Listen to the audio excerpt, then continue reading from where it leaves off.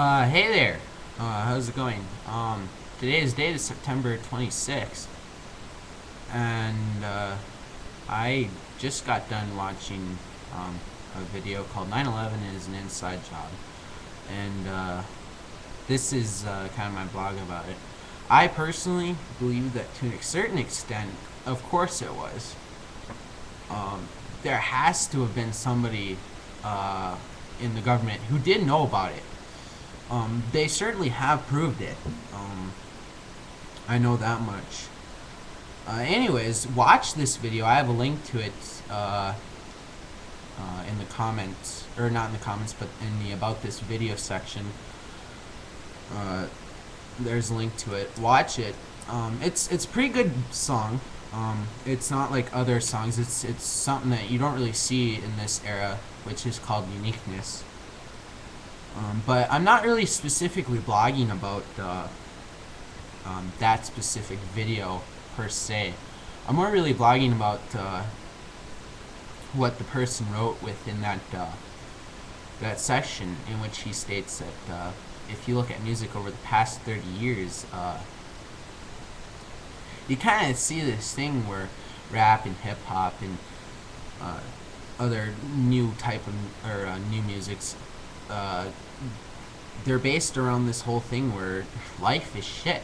It really is if you think about it, and a lot of children nowadays are kind of following this, and it's not specifically that it's that it makes these children feel like shit.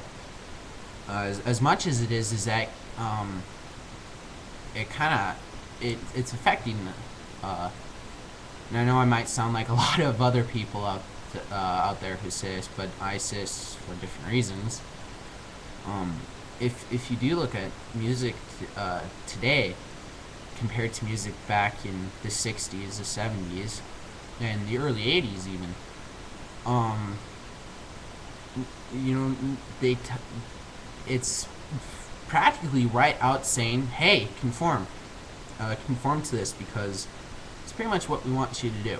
And I kind of agree that this message is being put out there by the record labels purely for the sake of making another dime or another penny.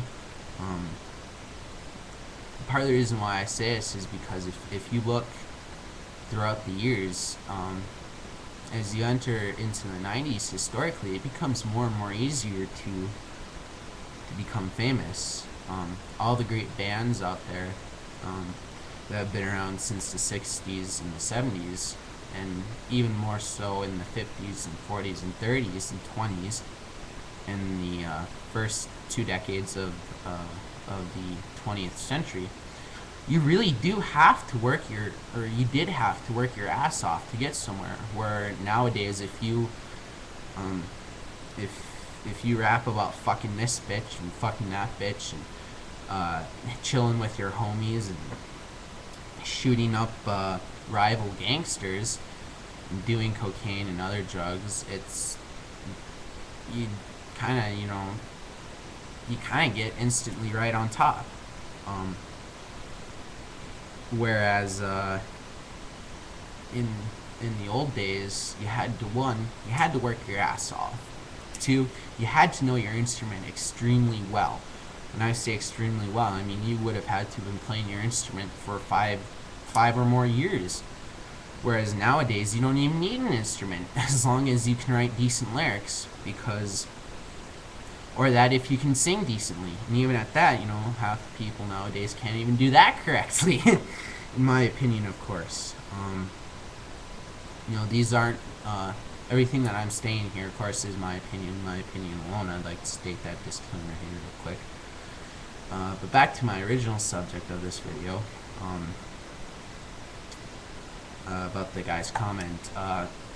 It really is true, and it's quite a sad thing to see. Me being 17, I am kind of a byproduct of this. When I was younger, I used to kind of think, life is miserable, life is shit, why bother? And I noticed that I actually back then back when I had very, very, very severe depression. Um, I was listening to this music, this new music that was in. I kind of gotten out of that. I don't really listen to everything that's on the top 40 list anymore. Um, you know, if you look at music back in the 60s and 70s, um, you kind of see this thing where my favorite song I'd have to pick out here would be "Hold Your Head Up," which is by Argent. If you're to rewrite that to today, it'd be "Hold your head down and suck this dick, bitch." That's what it'd be. Or "Hold your head down and snort this coke," or "snort this bike," or Vicodin, or whatever. And, it's kind of driving society, at least with kids my age, down to shit, to tell you the truth. Am I saying that these artists don't have a right to write this type of music? No, I'm not saying that at all. Am I saying that the record companies should be a little bit more wise about what they're putting out there? Yeah, they do need to be. Because whether they like it or not, they're making an extra dollar at the expense of the young people. That's pretty much what I wanted to say about that specific thing. Watch this video. It's called "9/11 Was an Inside Job." It's it's been very controversial on YouTube.